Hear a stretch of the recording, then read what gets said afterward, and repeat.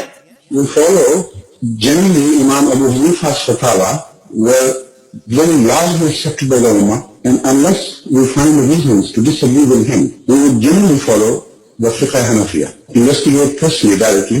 The overbearing principle should be that you follow Hazrat Imam Abu Hanifa. This is the entire attitude of Jamaat Ahmadiyya. جاؤ ان کی عبادت گاہوں میں دیکھو نماز کس طریقے سے پڑھ رہے ہیں۔ ہمارے اسٹوڈنٹ تو بخاری مسلم میں جو رفع الیدین کے ساتھ طریقہ ہے اس کے مطابق نماز پڑھتے ہیں جو سنت طریقہ ہے۔ قادیانی والی نماز تو تمہاری ہے۔ تو قادیانی کو یہ آگے کہیں جی ہم ثابت کریں گے کہ رفع الیدین ختم ہو چکا ہے تو انجینئر صاحب ہم سے بات کریں، ہم کہیں گے نہیں بھائی، تمہارے سے ہمارا اصل ایشو ختم نبوت کے اوپر ہے۔ تم رفع الیدین شروع بھی کر لو تب بھی ہم تمہیں مسلمان نہیں مانیں گے جب تک کہ تم ختم نبوت کا عقیدہ درست نہیں کرتے۔ یہ اصولی بات ہے کہ نہیں؟ ایتھیسٹ سے ہمارا اصل اختلاف ایگزسٹنس آف گاڈ کے اوپر ہے۔ جب تک وہ خدا کو نہیں مانتے نا، ہم نے ان سے نہیں ڈسکس کرنا کہ نبی الاسلام کی 11 شادیاں کیوں تھیں، نبی الاسلام نے جنگیں کیوں لڑی۔ یہ بات کی بات ہے۔ نبی الاسلام کے دنیا میں آنے سے پہلے بھی اللہ تھا، اللہ ہمیشہ سے ہے۔ اللہ ہے یا نہیں، گاڈ ہے یا نہیں، یہ اصل اختلاف ہے۔ اور خدا کسی پیغمبر کا محتاج نہیں ہے کہ اس کی شناخت کے لیے کسی پیغمبر کی ضرورت ہو۔ پیغمبر کا آنا عوام کے لیے نور علی نور ہے، ورنہ اللہ تعالیٰ تو اپنی قدرتوں سے عیاں ہے۔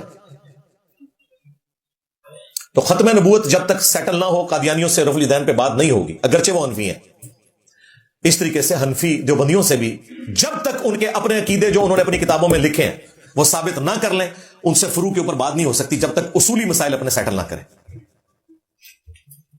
تو جان بوجھ کے نہ کوئی بات کبھی نمازوں کو جمع کرنا، جتنے وہ وسوسے بتا رہے ہیں ہمارے اسٹوڈنٹس میری پرانی ویڈیو سے کلپ جوڑ جوڑ کے ایسا اسے منہ توڑ جواب دے رہے ہیں، اس بیچارے کو تو پتہ ہی نہیں ہے کہ تو نے تو کئی دلائل ابھی ذکر نہیں کیے جو میں نے پہلے ہی ذکر کر کے ان کا بھی جواب دے دیا، کیونکہ ہم بھی تو حنفی رہے ہیں نا کسی زمانے میں۔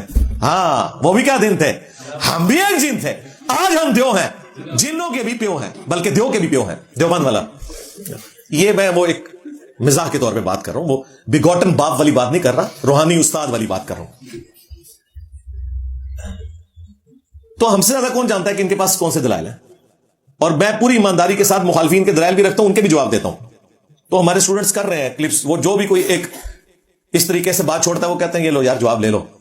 لیکن ہم اپنے مین چینل سے، پلیٹ فارم سے، عقائد کے اوپر جب تک معاملات سیٹل نہیں ہوتے فروع پہ ہم ان معاملات کو آگے نہیں لے کے چلیں گے۔ ہاں، پرانی ویڈیوز میری موجود ہیں، وہ اسٹوڈنٹس اپلوڈ کریں، ملادہ بات ہے، جب تک تم اصولی باتوں کے اوپر اپنے عقیدے ثابت نہیں کرتے ہو۔ تو میں نے آل بریلویت کو بھی 5 حوالے دیے تھے، ان کے ساتھ اس رمضان میں جو ہونا تھا ہو گیا۔ اب مجھے بتائیں جب ان کا بڑا بھائی عید والی رات نکلے گا تو 2 جنازے اسے اٹھانے پڑیں گے، ایک بریلویت کا دوسرا دیوبندیت کا، کہ پیچھے سے کیا ہو گیا، اور تو ہو نہ لینا تھے پھر بھی تو بچنا۔ ہاں انشاءاللہ تعالی۔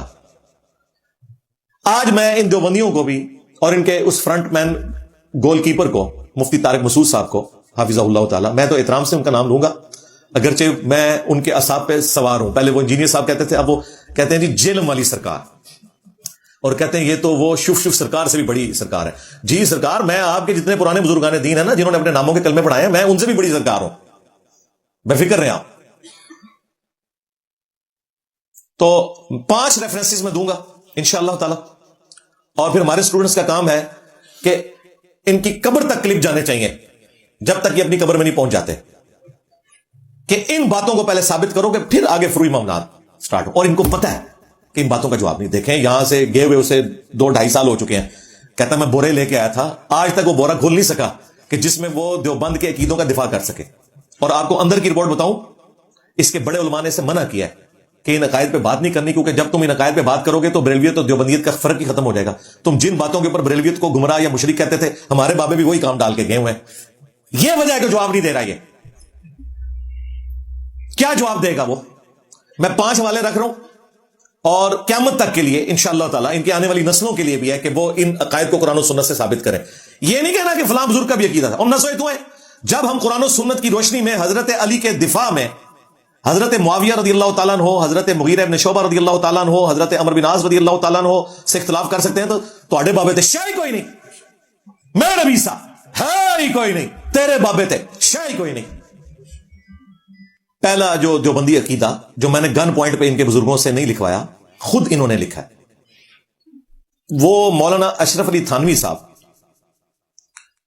چونکہ چشتی سلسلے سے تعلق رکھتے تھے, المحند علی المفند کے اینڈ پہ ان کے بھی سگنیچر ہے, اور اس میں انہوں نے اپنے نام کے ساتھ لکھا ہے اشرف علی تھانوی حنفی چشتی. تو انہوں نے اپنے بزرگان دین کا دفاع کرتے ہوئے چشتی رسول اللہ والا واقعہ جو بریلویوں کے گلے کی ہڈی بنا ہوا ہے, اعلی حضرت کے ڈیفینڈ کرنے کی وجہ سے اور پیر میر علی شاہ صاحب کے ڈیفینڈ کرنے کی وجہ سے, وہ ان کے گلے میں بھی فٹ ہے. اشرف علی تھانوی صاحب کی ڈیتھ ہوئی ہے 1944 میں. انہوں نے اپنی زندگی میں ایک کتاب لکھی السنت الجلیہ فی الچشتیۃ العلیہ, یعنی ایک واضح ایک سنت راستہ روشن جو سلسلہ عالیہ چشتیہ سے متعلقہ ہے, یہ اس کتاب کا نام ہے. اور اس میں انہوں نے سیم وہی چشتی رسول اللہ والا واقعہ جو سبع سنابل کے اندر موجود ہے, حشر بہشت کے اندر موجود ہے, وہی سبع سنابل جس کو اعلیٰ حضرت نے کہا کہ نبی الاسلام کی بارگاہ میں مقبول ہے, اور اعلیٰ حضرت کے کھاتے میں بھی ڈل گیا چشتی رسول اللہ. اور پیر میر علی شاہ صاحب نے تحقیق الحق فی کلمت الحق کے اندر چشتی رسول اللہ والے واقعے کو روحانیت کے طور پر کوٹ کیا. دیکھیں یہ سارے ایک ہی زمانے کے بزرگ ہیں. احمد صاحب بریلوی صاحب 1921 میں فوت ہوئے ہیں, پیر میر علی شاہ صاحب 1937 میں فوت ہوئے ہیں, اور اشرف علی تھانوی صاحب 1944 میں فوت ہوئے ہیں. آلموسٹ 100 سال پہلے یہ سارے بزرگ دنیا سے اپنے بزرگوں کے پاس چلے گئے. اس وقت تک کوئی کتابیں نہیں بدلی ہوئی تھی. یہ جو آج جھوٹ بول رہے ہیں کتابیں بدل گئی ہیں, اس زمانے تک کوئی کتابیں نہیں بدلی ہوئی تھی, انہوں نے تو دفاع کیا ہے. تو اشرف تھانوی صاحب نے باقاعدہ چشتی رسول اللہ والے واقعہ جب ان سے پوچھا گیا تو انہوں نے کہا میں اس کی تعویل کروں گا, بجائے یہ کہنے کہ یہ جھوٹا واقعہ ہے, معین الدین چشتی صاحب یہ کام نہیں کر سکتے, ہمارے بزرگ یہ کر ہی نہیں سکتے. جو آج ہمیں لوگ مشورہ دیتے ہیں کہ جی آپ ان لوگوں کی وجہ سے ہم بزرگوں کو برا کہتے ہیں, ہم نہیں بزرگوں کو برا کہتے ہیں, یہ کہتے ہیں کہ بزرگ یہ تھے, تو ہم کہتے ہیں اگر بزرگ یہ تھے تو پھر لو سامو. ہاں ہمارا تو 1000 ٹن حسن زن ہے کہ نہیں ہوں گے, لیکن یہ ہمارا حسن زن مجھے لگتا ہے کہ خام خواہ کہیں ہوگا, لیکن ہمیں تو شریعت کی پابندی ہے. ہم انہی کی بات کو صحیح مانتے ہوئے جو یہ کہہ رہے ہیں ہم کہتے ہیں کہ دفاع کیا. اور دیکھیں ان لوگوں کا علم حدیث کا لیول دیکھیں, حکیم الامت جی سینکڑوں کتابوں کے مصنف ہیں, اس نے اس واقعے کے جواب میں 3 باتیں لکھی, 3 اشکال اس نے دور کیے ہیں. اس نے کہا کہ اس واقعے میں جو چشتی رسول اللہ کہلوایا نا معین الدین چشتی صاحب نے, تو یہاں رسول سے مراد ہے نبی صلی اللہ علیہ وآلہ وسلم کا مقرر کردہ. اس سے مراد اللہ کا رسول نہیں ہے بلکہ رسول اللہ کا رسول ہے. اچھا وہ ٹیکنیکلی بات درست ہے عربی لنگوسٹک کے اندر, ترمذی میں حدیث لے کر آئے اور یہ حدیث انہوں نے کوٹ کی, مشکات میں بھی حدیث موجود ہے کہ ایک صحابی جو ہے میدان عرفات میں نبی الاسلام کا پیغام لے کر جاتے ہیں, اور وہ کہتے ہیں انی رسول اللہ صلی اللہ علیہ وآلہ وسلم, میں رسول اللہ کی طرف سے آیا ہوا ایک نمائندہ ہوں, اور نبی الاسلام نے تمہارے لیے یہ پیغام بھجوایا ہے. کیونکہ رسول کا لفظ پیغام لانے والے کے لیے بھی استعمال ہوتا ہے, ڈاکیے کے لیے بھی استعمال ہوتا ہے, سفیر کے لیے بھی استعمال ہوتا ہے. جب گاندھی صاحب سعودیہ گئے نا تو وہاں پر بینرز لگے تھے رسول امن گاندھی, تو عربی میں تو ٹھیک ہے یہ چل رہا ہوتا ہے, لیکن عام حالت میں جب ایک مسلمان کلمے میں اسے پڑھتا ہے تو وہ اس سفیر کے طور پر نہیں پڑھ رہا ہوتا, اور اس کی کوئی تعویل نہیں ہوگی. یہ خود اعلیٰ حضرت نے بھی لکھا ہے, کوئی تعویل نہیں ہوگی, اور یہ ان کا بھی عقیدہ ہے. کہتے ہیں جی ہمارے کسی حضرت کے خلیفہ نے کبھی کلمہ پڑھوایا تو نہیں ہے, تھانوی رسول اللہ یا چشتی رسول اللہ. اور بھائی جب تم دفاع کر رہے ہو تو پڑھوانا ہی ہوا نا, دفاع کیوں کر رہے ہو؟ لعنت بھیجو تم, جس طرح ہم بھیج رہے. اپنے مسلک کو بچا لو, اگر کوئی تمہارے اندر حق قبول کرنے کی کوئی رمق باقی ہے تو وہ کہتے ہیں کہ جس طرح ترمذی میں آیا نا کہ اس صحابی نے کہا کہ میں رسول اللہ کی طرف سے رسول بن کر یعنی پیغام لے کر آیا ہوں, تو چشتی رسول اللہ وہ اس لیے کروا رہے تھے. اب مجھے بتائیں اس صحابی نے یہ کہا تھا لا الہ الا اللہ اور انی رسول اللہ, یا انی رسول رسول اللہ؟ کس چیز کو کس کے ساتھ؟ اور دوسرا یہ کون سا پیغام لے کے آئے یار؟ یہ تو آ رہا ہے 633 ہجری میں فوت ہوئے ہیں, نبی علیہ السلام کی وفات کے 600 سال بعد یہ بندہ آ رہا ہے, یہ کون سا پیغام لے کے آ گیا؟ وہ تو ریئل ٹائم نبی علیہ السلام دنیا میں موجود تھے. اس طرح کی باطل تعویل کی ہوئی ہے انہوں نے, یعنی اس واقعے کو غلط نہیں کہتے, اس کی تعویل کرنے کی کوشش کرتے ہیں. توبہ توبہ. دوسری تعویل انہوں نے یہ کی کہ چونکہ وہ صرف قریبی خاص لوگوں کی مجلس تھی تو اس طرح کے کلمات پڑھوانے سے کوئی فرق نہیں پڑتا. جتنے سامعین تھے وہ خوش عقیدہ تھے, وہ کبھی بھی اس کا غلط مطلب نہیں لیں گے. اندازہ کرو, یعنی وہ بتا رہے ہیں کہ ہم نے اتنی مت ان کی مار دیا ہے کہ وہ یہ سب کچھ سن کے بھی اسے دین سمجھ کے ایکسپٹ کریں گے.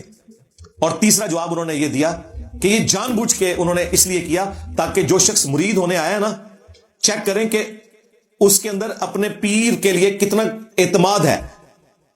اگر وہ اعتماد نہیں کرے گا اپنے پیر میں تو فوراً ہی بھاگ جائے گا, اور اگر واقعی مرید بننے کے قابل ہوا تو کہے گا یہ بزرگ اگر چشتی رسول اللہ کروا رہے ہیں نا تو یقیناً کوئی حکمت ہوگی. تو ایسا شخص اس قابل ہے کہ اسے مرید کیا جائے. واقعی بٹ دماغی, ہاں دیوبند دماغ بند. لو جی دیوبند مدرسہ تو 1866 میں بنا ہے, لیکن انہوں نے معین الدین چشتی صاحب کو بھی دیوبندی بنا دیا ہے. ہاں ظاہر ہے جب دفاع کر رہے ہیں کہ اس زمانے میں بھی دماغ بند ہوتے تھے. اندازہ کریں. یہ 3 جوابات دیے ہیں, اس سے آپ ان لوگوں کا حکیم الامت ہونا, ان لوگوں کا یعنی دین کا حدیث کا نالج آپ اندازہ کر لیں. اسلام کی بنیاد کو اکھاڑ رہے ہیں. بخاری اور مسلم دونوں میں حدیث ہے اسلام کی بنیاد 5 چیزوں کے اوپر ہے. ان میں سے پہلی چیز یہ ہے کہ تم گواہی دو لا الہ الا اللہ اور محمد رسول اللہ کی صلی اللہ علیہ وآلہ وسلم. اس کے بعد ہے پھر نماز قائم کرنا, پھر زکوٰۃ, اس کے بعد حج, اور پھر رمضان کے روزے. تو اسلام کی بنیاد کا یہ مذاق اڑا رہے ہیں. سورہ توبہ میں اللہ تعالیٰ نے منافقین سے ہی تو فرمایا تھا کیا اللہ اور اس کا رسول ہی رہ گئے ہیں کہ تم ان کے ذریعے ٹھٹا اور مذاق آپس میں کرو. یعنی وہ جب اس قسم کے کوئی معاملات کرتے تھے کہتے ہیں ہم تو مذاق کر رہے ہیں. تو اللہ نے کہا کہ یہ اللہ اور اس کا رسول ان کو تختہ مشق بنا رہے ہو, تم ایمان لانے کے بعد کافر ہو چکے ہو. یہ قرآن کے الفاظ ہے سورہ توبہ کے. تو یہ چشتی رسول اللہ یہ پہلا ریفرنس ہے. دیکھیں کیا زمانہ تھا, بریلوی اس سے منہ چھپاتے پھرتے تھے, اب دیوبندیوں کے کھاتے میں بھی چشتی رسول اللہ ڈال چکا ہے. وہ کتاب دریافت ہو گئی ہے. اب دونوں بھائی جو ہے نا گلے لگ کے رو, اب مل بیٹھ کے نا. ویسے تو مفتی منیب الرحمان صاحب نے تو تھوڑی سی ہمت دکھا کے چشتی رسول اللہ کے اوپر فتویٰ لکھ دیا ہے, اگرچہ انہوں نے جعل سازی کی ہے اور کیا کتابیں بدل گئی ہیں. ہم نے کہا بھی پرنٹنگ کی کمائی تم لوگوں نے کھائی, کتابیں کو نہیں بدلی. تمہارے تو پیر میرے علی شاہ صاحب بھی دفاع کر کے گئے ہیں اور اعلیٰ حضرت بھی, لیکن پھر بھی کچھ ہمت دکھائی ہے. مفتی تقی عثمانی صاحب کو بھی ہمت دکھانی چاہیے, اعلان برات کرتے ہیں. ایک سٹیپ تو طے کریں نا, چند بھولی بھالی جو بھیڑے ہیں انہیں تو بچا لیں. دوسرا دیوبندی عقیدہ تھانوی رسول اللہ. کہتے ہیں جی یہ ہمارا عقیدہ کیا ہے, حضرت کے کسی مرید نے تھانوی رسول اللہ نہیں پڑھا. یار میں یہ کہہ رہا ہوں کہ تمہارے حضرت کے مریدین یہ پڑھتے ہیں, میں یہ کہہ رہا ہوں ان کا دفاع کیوں کرتے ہو؟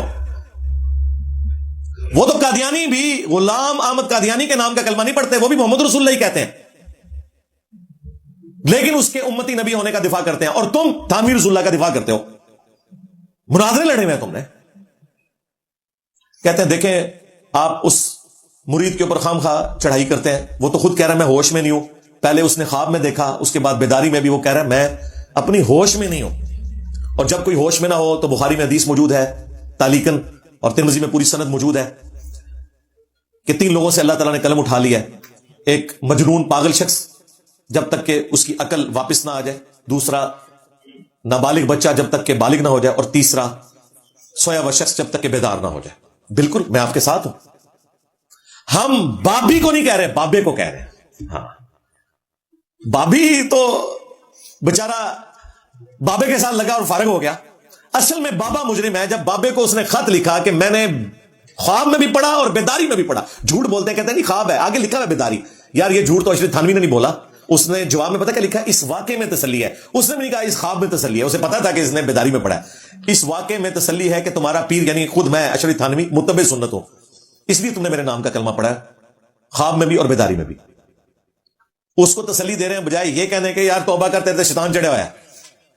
اور دیکھیں مرید بےچارا اپنی آخرت تو برباد کر بیٹھا, بابے کی آخرت بھی لے گیا. وہ مرید اس لیے ہوا تھا تھانوی صاحب کا کہ میری آخرت بچے, تھانوی صاحب بھی نال لے گیا, آپ نے گیا بابا جی نے بھی لے گیا. یار ان بابوں نے کس دن کام آنا ہے, بےچارے نے تو مرید اس لیے ہوا تھا کہ وہ نبی الاسلام کا غلام بنتا, وہ تو اس کلمے سے بھی جاتا رہا. پھر بھی بابا اس میں مجرم ہے, بابی کو تو ہوش نہیں ہے, ٹھیک ہے اس سے قلم اٹھا ہوا ہے. وہ تو صحیح مسلم حدیث ہے جو یہ پیش کرتے ہیں, ہم مانتے ہیں بھائی, جو نبی الاسلام نے ایک توبہ کرنے والے شخص کی مثال بیان کی ہے کہ اللہ تعالیٰ کو کتنی خوشی ہوتی ہے, جتنا کہ اس شخص کو خوشی ہو کہ جو کسی ریگستانی سفر پر ہو اور اچانک اس کی سواری گم جائے. اب اسے موت سامنے نظر آئے, کیونکہ ریگستان میں تو سواری گم اسی پہ سامان تھا, پانی بھی کھانا بھی, اور اپنی موت کا انتظار کرنا شروع کر دے. اچانک دوبارہ سے اس کی نظروں کے سامنے سواری آ جائے, ساز و سامان کی بھری ہوئی, اور بے اختیار اس کی زبان سے نکل جائے. کہنا تو اس نے یہ تھا کہ اے اللہ میں تیرا بندہ تو میرا رب, لیکن زبان لڑکھڑا گئی, اس کی زبان سے نکلا اے اللہ تو میرا بندہ میں تیرا رب. آگے الفاظ ہے من شدت الفرح, خوشی کی شدت کی وجہ سے زبان لڑکھڑائی ہے. یہ نہیں کہ بیٹا پڑھ چشتی رسول اللہ, یہ نہیں ہے. وہاں پہ بھی دیکھیں اگر چشتی صاحب نے کیا ہے تو چشتی صاحب بھی ساری چاچیاں گئی ہیں. وہ ایک اسٹوڈنٹ نے کہا کہ انجینئر صاحب سے رجوع ریکارڈ کروائے, میں آج رجوع ریکارڈ کروا رہا ہوں. ان کا کہ ان کی ایک بیوی نہیں کئی بیویاں تھی, تو لہذا آپ کہا کریں چشتی چاچو تیری ساری چاچیاں گئی ہیں, ایک چاچی نہیں گئی.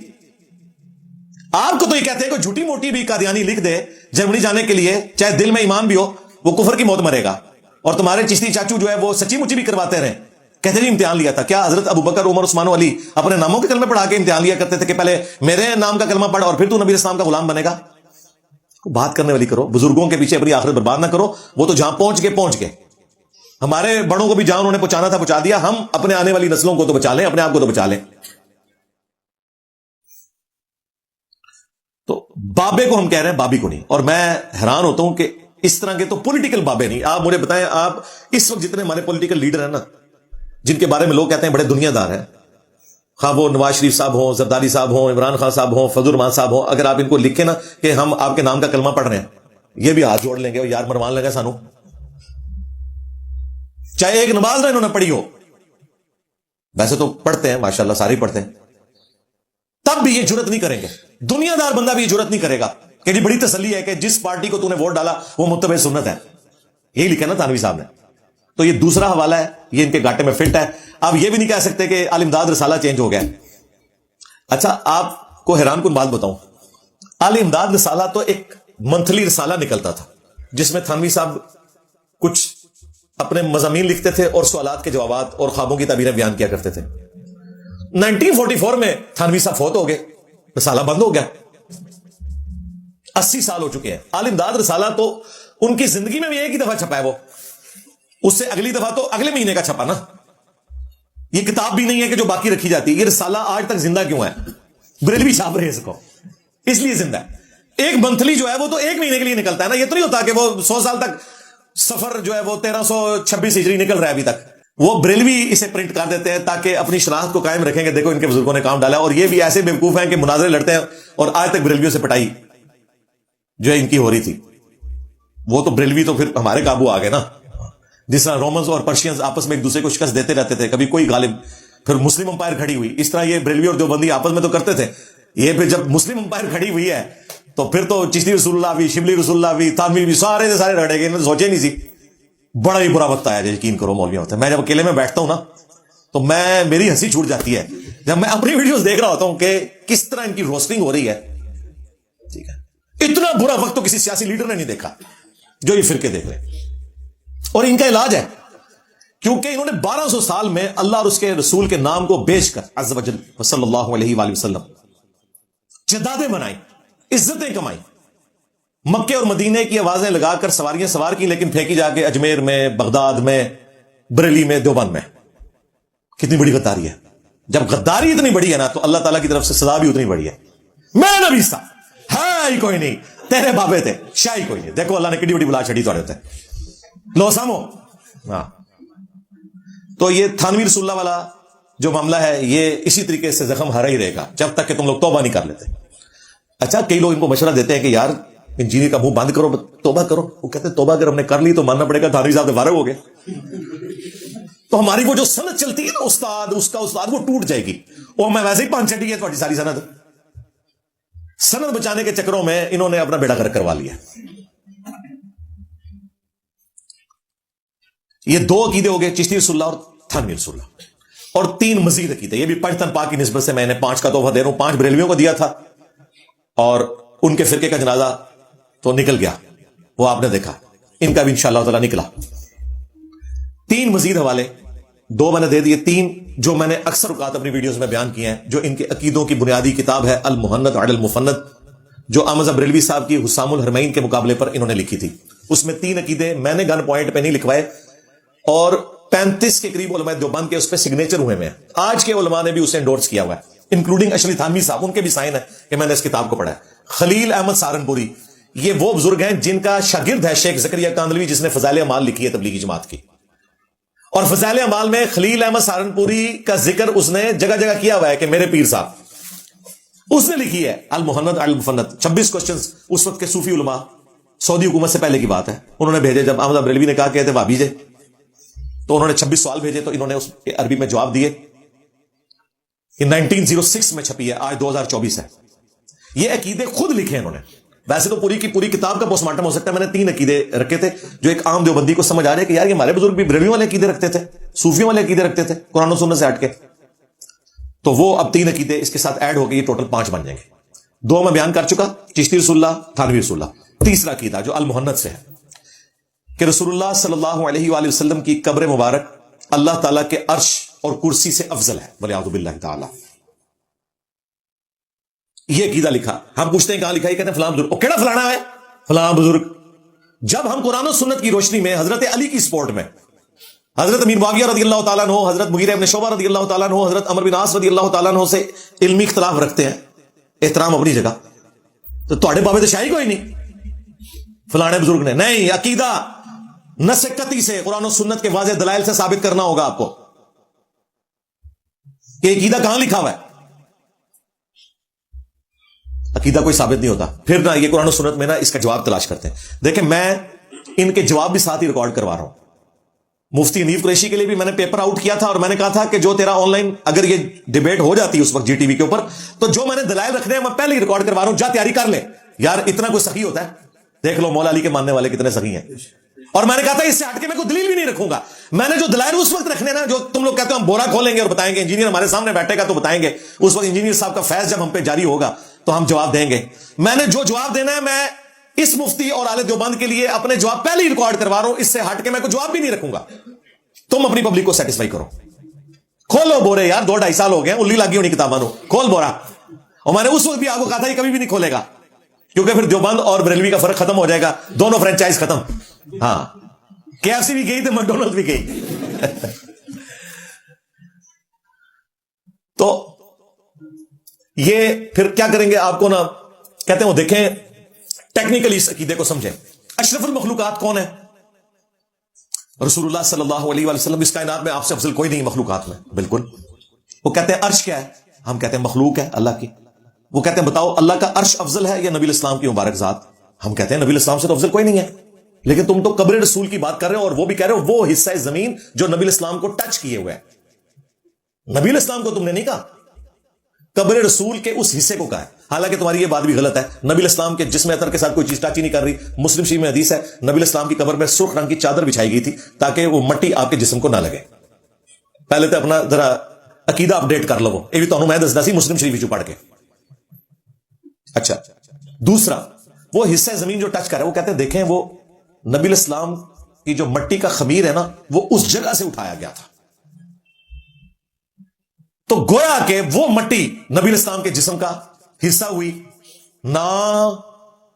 اگر یہ مانو گے تو حضرت ابو بکر عمر کی قبریں بھی ساتھ ہیں, وہ ایک ہے, وہ پورا ریاض الجنہ ہے. اور دوسرا نبی الاسلام کی جس مٹی سے تخلیق ہوئی وہ تو اس مٹی سے جدا ہو گئی, باقی جو بچ گئی وہ نبی الاسلام کی مٹی نہیں ہے. ٹیکنیکل جب کوئی بات کر رہا ہے پھر ٹیکنیکل جواب آئیں گے آگے سے. اور آخری بات, نبی الاسلام کا بال مبارک، آپ کا کرتا مبارک صحابہ کرام کے پاس تھا. بخاری میں آتا ہے کہ بال مبارک کا دھون مریض پیتے تھے، شفا یاب ہوتے تھے. مسلم شریف میں آتا ہے کالا جبہ تھا آپ کا کسروانی تیالسی، اس کا دھون شفا کے لیے صحابہ کرام لیتے تھے. یہ نبی الاسلام کے اوریجنل تبرکات تھے. کیا کسی ضعیف روایت میں بھی آیا ہے کہ صحابہ کرام نے حضور کے کرتے کو یا بال مبارک کو کہا ہو کہ اللہ کے عرش سے افضل ہے؟ ان کے دماغ میں کوئی فطور ہی نہیں تھا اس قسم کا کہ اس طرح کی اینالوجیز بنانی ہے. دیکھو کتنے گیا میرا دماغ. تسی نے مٹی نو لے کے بیٹھو، میں کہہ رہا ہوں حضور کا اپنا بال جو آپ کے جسم کا حصہ ہے. صحابہ کرام کو تو نہیں یہ ایکویشن بنانی آئی، جو تمہارے بزرگوں کو بعد میں آئی ہے. کیوں؟ صحابہ کرام کی تربیت نبی الاسلام نے کی تھی. جی بخاری میں حدیث ہے، دیکھنا میری شان کو اس طرح بلند نہ کرنا جس طرح نصارہ نے اپنے پیغمبر کو بڑھایا، عیسیٰ ابن مریم کو. میں اللہ کا بندہ اور اس کا رسول ہوں، مجھے اللہ کا بندہ اور اس کا رسول ہی کہنا. محمدن عبدہ و رسولہ صلی اللہ علیہ وآلہ وسلم. صحابہ کرام کے سامنے یہ تھا. پھر مسلم شریف کی حدیث، نبی علیہ السلام نے اپنی وفات سے 5 دن پہلے کہا کہ دیکھنا اگلے لوگوں میں سے جب کوئی پیغمبر یا نیک آدمی فوت ہو جاتا تھا وہ اس کی قبر پہ سجدے شروع کر دیتے تھے. میں تمہیں اس کام سے منع کرتا ہوں، میری قبر کے ساتھ یہ نہ کرنا. پھر مسند احمد میں حدیث، نبی علیہ السلام نے دعا کی، اللہم لا تجعل قبری وثنا یعبد، اے اللہ میری قبر کو وہ بت نہ بننے دینا کہ لوگ اس کی پرستی شروع کر دیں. نبی علیہ السلام نے اپنی قبر کو بت کہہ دیا. حالانکہ ہمیں تو دنیا میں اپنی جان، مال، عزت، آبرو، اولاد، ماں باپ سے بڑھ کر نبی علیہ السلام کی قبر مبارک عزیز ہے. لیکن نبی علیہ السلام توحید کو اسٹیبلش کرنے کے لیے کہہ رہے ہیں کہ میری قبر کو بت نہیں بنانا، اور اللہ سے دعا کر رہے ہیں کہ میری قبر کی بھی اگر پوجا ہوگی تو وہ بھی بت بن جائے گا. اس میں نبی علیہ السلام کی قبر مبارک کا قصور نہیں ہے، لیکن وہ ایکٹیویٹی تو غلط ہے. پھر بخاری اور مسلم دونوں میں حدیث ہے، اما عائشہ کہتی ہیں نبی علیہ السلام کے آخری دن چل رہے تھے، آپ تکلیف کی شدت کی وجہ سے بار بار چہرے اقدس سے اپنی چادر ہٹاتے، پاس پانی کا برتن تھا، ہاتھ گیلے کر کے بخار کی شدت کو ٹھنڈا کرتے، اور بار بار اپنے زبان مبارک سے الفاظ آپ کے جاری ہیں، لعن اللہ الیہود والنصارى اتخذوا قبور انبیائہم مساجدا، اللہ کی لعنت ہو یہود و نصارہ پر، انہوں نے اپنے نبیوں کی قبروں کو سجدہ گاہ بنا لیا تھا. یہ حدیث یہاں ختم نہیں ہوئی، اما عائشہ کے الفاظ ہیں، اگر ہمیں خطرہ نہ ہوتا کہ لوگ رسول اللہ کی قبر پہ سجدے شروع کر دیں گے، ہم نبی علیہ السلام کی قبر کو زیارت کے لیے اوپن چھوڑ دیتے. اوپن نہیں چھوڑی، آج تک اوپن نہیں ہوئی. اس زمانے میں بھی اما عائشہ کی اجازت کے بغیر کوئی اندر نہیں جا سکتا تھا سلام اللہ علیہا. لیکن ہمیں ڈر تھا کہ نبی علیہ السلام نے وفات کے وقت ہمیں ڈرایا ہے کہ ان کی قبر کے ساتھ یہ کچھ نہ ہو. یہ اما عائشہ کا فتویٰ ساتھ موجود ہے بخاری مسلم میں. پھر بخاری مسلم میں وہ حدیث، نبی علیہ السلام کے آخری دن چل رہے ہیں، حضور کی 3 بیویاں آپ کے پاس بیٹھی ہوئی ہیں، سیدہ عائشہ، سیدہ ام حبیبہ، سیدہ ام سلمہ رضی اللہ عنہن وعلیہم السلام اجمعین. 2 تو سینئر بیویاں ہیں جو شروع کی مسلمان ہیں، جنہوں نے ہجرت مدینہ سے پہلے جو حبشہ کی ہجرت ہے وہ بھی کی ہوئی ہے اپنے ایکس ہسبینڈز کے ساتھ، ام حبیبہ نے اور ام سلمہ نے. تو وہ آپس میں بات کر رہی ہیں کہ جب ہم حبشہ گئے تھے وہاں ہم نے ماریا نام کا ایک گرجا دیکھا تھا جہاں تصویریں لٹکی ہوئی تھی. نبی علیہ السلام بیماری کے عالم میں ایک دم کھڑے ہو گئے، اپنے بستر سے اٹھ کے بیٹھ کے. آپ نے فرمایا یہ ان میں خرابی تھی، جب ان کا کوئی نیک آدمی یا پیغمبر فوت ہو جاتا تھا اس کی قبر کے اوپر وہ تصویریں لٹکا دیتے تھے اور پھر وہاں پہ سجدے شروع کر دیتے تھے. قیامت کے دن اللہ کے حضور یہ بدترین مخلوق ہوں گے، بدترین مخلوق. یار یہ حدیثیں جن صحابہ نے سنی ہو انہوں نے یہ کہنا ہے کہ وہ حصہ زمین جو حضور کو ٹچ کیے ہوئے ہے اللہ کے عرش کرسی سے افضل ہے. پیچھے اس کے وہ مینٹالٹی ہے غلوف والی، یہ ذہن میں رکھیے گا، کیونکہ الرحمن علی العرش استوى، رحمان اپنے عرش پر مستوی ہے. ہم اس کی کوئی مثال نہیں بیان کرتے جیسا کہ اس کی شان کے لائق ہے.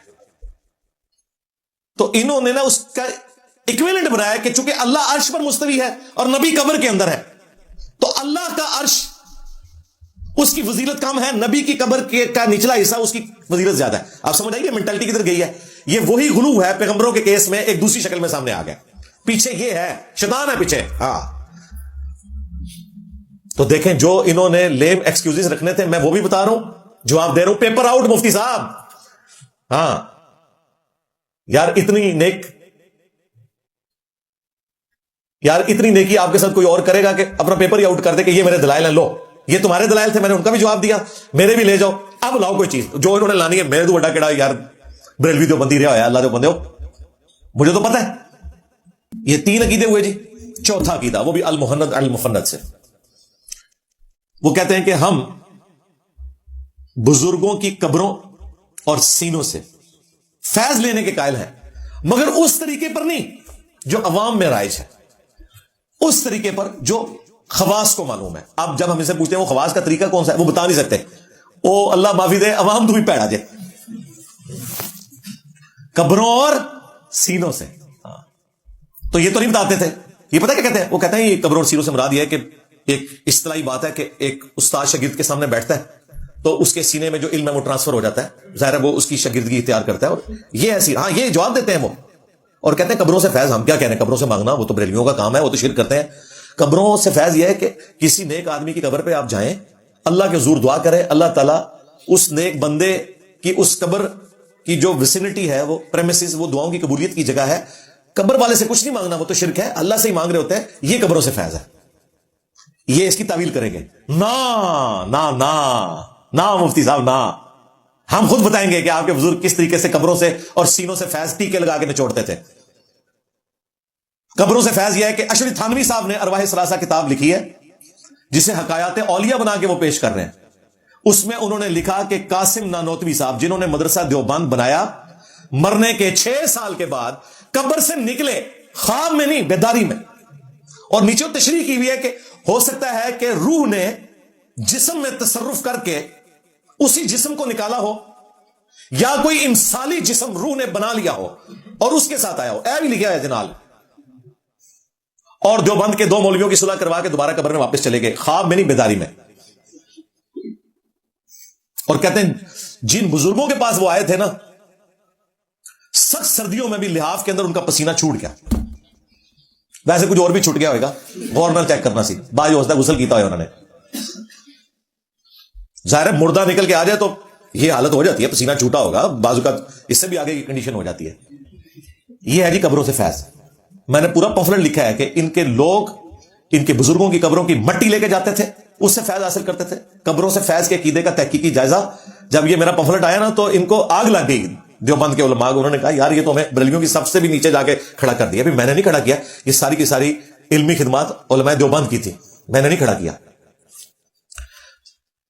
یہ تو ہو گیا قبروں سے فیض. سینے سے فیض ہم آپ کو بتاتے ہیں، انہوں تو نہیں بتانا. ہاں سینے سے فیض یہ ہے کہ وہ یہ تھانوی صاحب نقل کرتے ہیں کہ ایک جلسے کے موقع کے اوپر دیوبند مدرسے کے جو بانی ہیں قاسم نانوتوی صاحب، ان کو ان کے استاد رشید احمد گنگوئی صاحب نے، جن کو بریلوی کہتے ہیں گند گوئی، گنگو ایک علاقہ ہے، گنگوئی صاحب کی اولاد میں سے کتنے لوگ الحمدللہ انڈیا میں کتاب و سنت کے منہج پہ آ گئے. ہمارے لائف سیشنز میں آ کے انہوں نے خود بتایا ہم گنگوئی صاحب کی اولاد سے ہیں. پھر ہم پوچھتے ہیں وہ میاں والے؟ کہتے ہیں ہاں جی وہی میاں والے. دیکھیں میاں کی اولادیں بھی چینج ہو گئی ہیں. ہاں الحمدللہ. تو وہ جلسے میں انہوں نے انہیں چرپائی پہ لٹایا اپنے ساتھ عاشق صادق کی طرف. اب یہ بتائیے عاشق صادق کیا؟ یہ ٹرم دیکھو یار، انہوں نے کیتا بھی سیدھے لکھ کیوں دیتا ہے؟ پھر لٹا کے کروٹ بھی اس کی طرف کی. ہاں وہی کچھ ہے جو آپ سمجھ رہے ہیں نا، جو میں کہنا نہیں چاہ رہا، وہی کچھ. حتیٰ کہ قاسم صاحب نے کہا میاں لوگ کیا کہیں گے، یعنی لوگ ان کا لوگوں کو کہنے دو، یہ تو دیوبند دماغ بند ہے، ان سے کیا فرق پڑتا ہے ہمیں. یہ ہے جی سینے سے فیض، کیونکہ اس میں الفاظ ہیں عاشق صادق کی طرح سینے پہ ہاتھ رکھا. یعنی یہ سینے سے فیض اس طرح دیتے ہیں کہ بڑا مفتی جو ہے چھوٹے مفتی کو اپنے ساتھ لٹاتا ہے، پھر اس کی طرف کروٹ کرتا ہے، پھر اپنا ہاتھ اس کے سینے پہ رکھتا ہے اور پھر فیض ٹرانسفر کرنا شروع کر دیتا ہے. اور یہ مذاق والی بات نہیں، یہ تھانوی صاحب لکھ رہے ہیں نا، میں نے تو نہیں ان کو کہا کہ آپ اس کا طریقہ بتائیں.